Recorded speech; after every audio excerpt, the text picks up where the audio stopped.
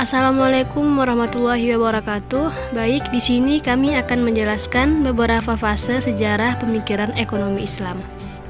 Fase pertama adalah fase Rasulullah SAW dan Khulafaur Rasyidin. Fase ini dimulai sejak Rasulullah Nabi Muhammad SAW sampai wafatnya beliau. Setelah Nabi Muhammad wafat, maka akan digantikan oleh sahabatnya, yaitu Abu Bakar As-Siddiq sampai Ali bin Abi Thalib. Nah, pada fase ini sudah dibentuk badan resmi, yaitu Bait Al-Mal, yang merupakan cikal bakal pengelolaan APBN dalam perspektif sistem ekonomi Islam. Fase kedua adalah fase pembentukan awal fikih. Pada fase ini merupakan pembangunan tahap awal fikih iqtisad. Dalam pemikiran ekonomi Islam ini lebih kepada maslahah dan mafsadat yang bersifat normatif. Adapun tokoh-tokohnya yaitu Zaid bin Ali, Imam Abu Hanifah, Abdurrahman Al-Auza'i, dan Malik bin Anas. Pada fase ketiga adalah fase formalisasi kebijakan publik, yaitu kebijakan-kebijakan ekonomi sudah diformalkan dan disusun dalam satu kitab khusus. Pada masa ini lebih kepada maslahah mafsadat, namun objek pembahasannya sudah melebar pada persoalan makroekonomi. Tokohnya yaitu Abu Yusuf dan Asy-Syaibani. Pada fase keempat adalah fase pemantapan yang mengarah kepada kebijakan publik. Pada fase ini sudah ada upaya pemantapan yang mengarah kepada perekonomian. Periode ini terjadi pada masa Abbasiyah awal. Periode ini pemikiran ekonomi Islamnya lebih menekankan kepada APBN. Tokohnya yaitu Abu Ubaid, Yahya bin Umair, dan Al-Mawardi.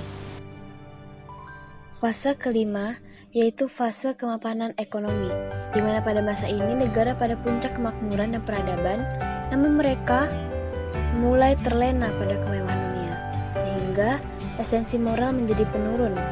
Oleh karena itu, karakter pemikiran ekonomi Islam pada masa ini lebih banyak kepada etika ekonomi, baik mikro maupun makro.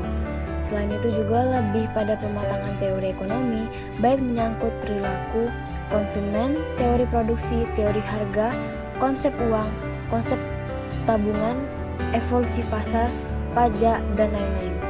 Periode ini terjadi pada masa Abbasiyah pertengahan hingga akhir pada masa Abbasiyah di Mesir.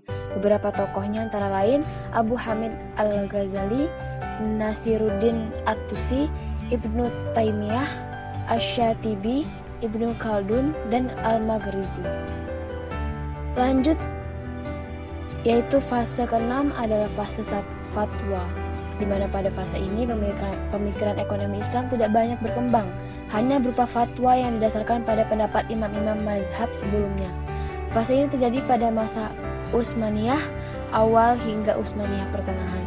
Di antara tokohnya adalah Syah Waliullah pada tahun 1176 Hijriah sampai 1762 Masehi. Selanjutnya, fase ke-7 yaitu fase modernasi. Pada fase ini juga tidak banyak dijumpai pemikiran ekonomi Islam. Justru dunia dipenuhi dengan pemikiran ekonomi Barat. Periode ini dimulai pada masa Utsmaniyah, akhir hingga pasca Perang Dunia Kedua.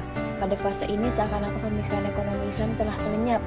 Tatanan dunia benar-benar telah diatur dengan pemikiran ekonomi modern. Namun demikian, masih terdapat beberapa pemikir Islam yang membicarakan tentang ekonomi Islam, misalnya Muhammad Iqbal dan Muhammad Abduh. Dan terakhir fase ke-8 yaitu fase kebangkitan pemikiran ekonomi Islam, yaitu dimulai pasca Perang Dunia Kedua hingga sekarang. Di antara tokohnya adalah Muhammad Abdul Manan, Sayyid Mahmud Taligani, Bak Ash-Shadar, Taqiyuddin An-Nabhani, Muhammad Nejatullah Siddiqi, dan masih banyak lagi.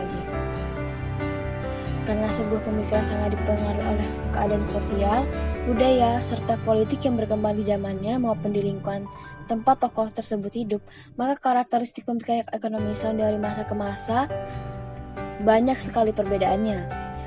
Fokus yang dibahas juga berbeda, problem juga berbeda, Namun demikian, semuanya bermuara pada persoalan pemecahan problem ekonomi yang didasarkan pada Al-Quran dan Sunnah Rasulullah SAW. Perbedaan karakteristik serta fokus pemikiran ekonomi Islam dari masa ke masa yang berbeda menarik untuk ditelaah satu persatu dengan memperhatikan aspek isu utama, aspek sosial, budaya, serta aspek politik.